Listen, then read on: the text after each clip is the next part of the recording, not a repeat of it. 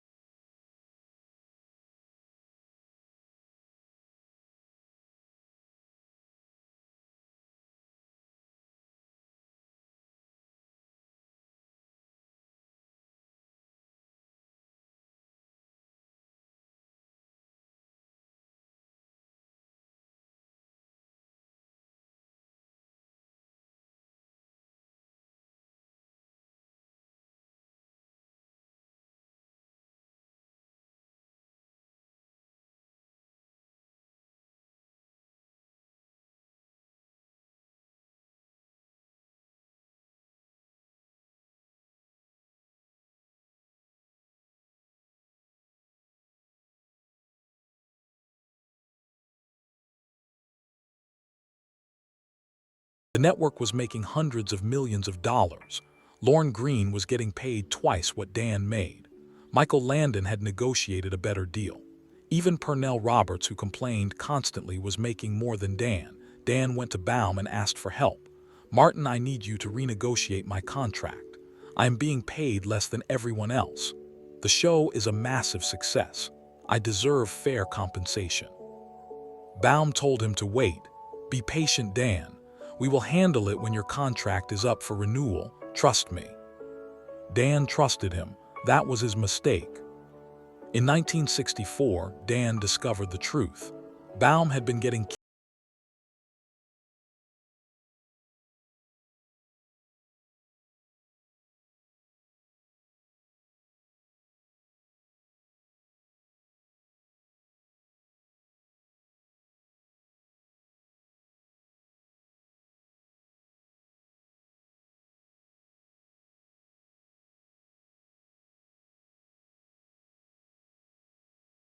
Dan never spoke to Martin Baum again.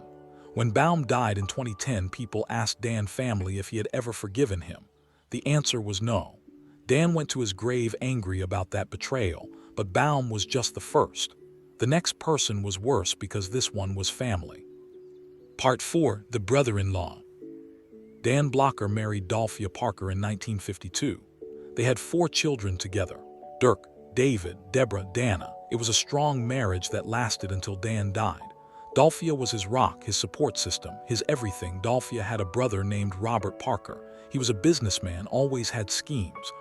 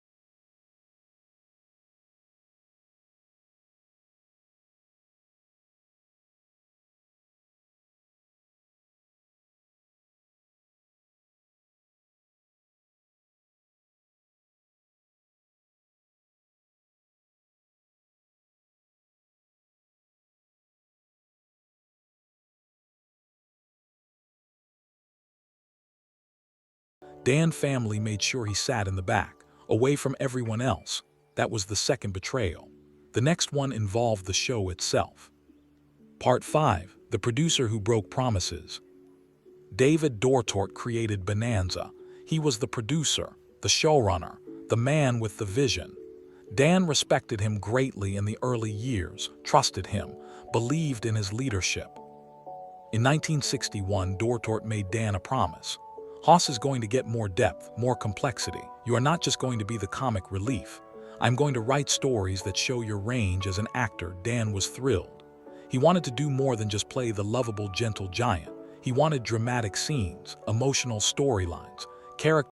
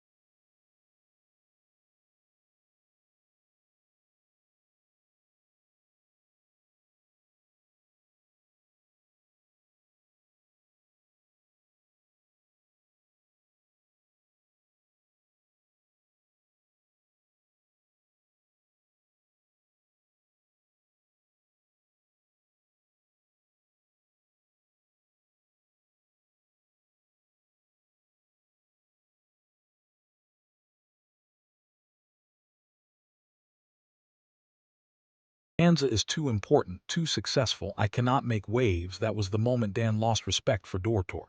He continued working with him professionally, did his job, hit his marks, said his lines, but the respect was gone. The trust was broken. Years later, after Dan died, Dortort gave interviews where he praised Dan constantly, called him the heart of Bonanza, said he was irreplaceable. Dan family found those interviews infuriating. He never fought for Dan when it mattered. Now he wants to claim he valued him. That was the third betrayal. The next one was personal in a way that cut deeper than business. Part 6. Michael Landon, the ambitious friend. Michael Landon played Little Joe. He was young and ambitious and talented. In the early years, he and Dan were close. They ate lunch together, joked around on set, supported each other, but as the show went on, Landon changed. He became obsessed with power, with control, with becoming more than just an actor. He started writing episodes, directing, learning production, building relationships with executives. Dan supported him at first. Good for you, Michael. Learn the business, build your career. But Landon started playing politics in ways that hurt Dan. In 1966, there was an episode that was supposed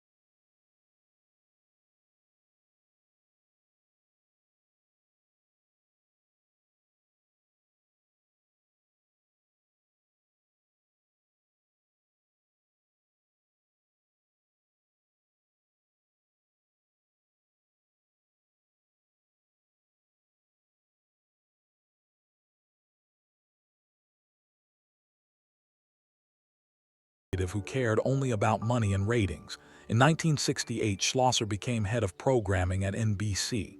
One of his first decisions involved Bonanza. He wanted to cut costs, increase profits, make the show cheaper to produce. He cut the budget by 30%, reduced location shooting, eliminated extras, made everything smaller and cheaper. The quality of the show declined noticeably. Dan was furious. He went to Schlosser's office and demanded a meeting. "You are destroying the show. Bonanza is successful because of quality. You cut the budget and you cut the heart of what makes it work." Schlosser did not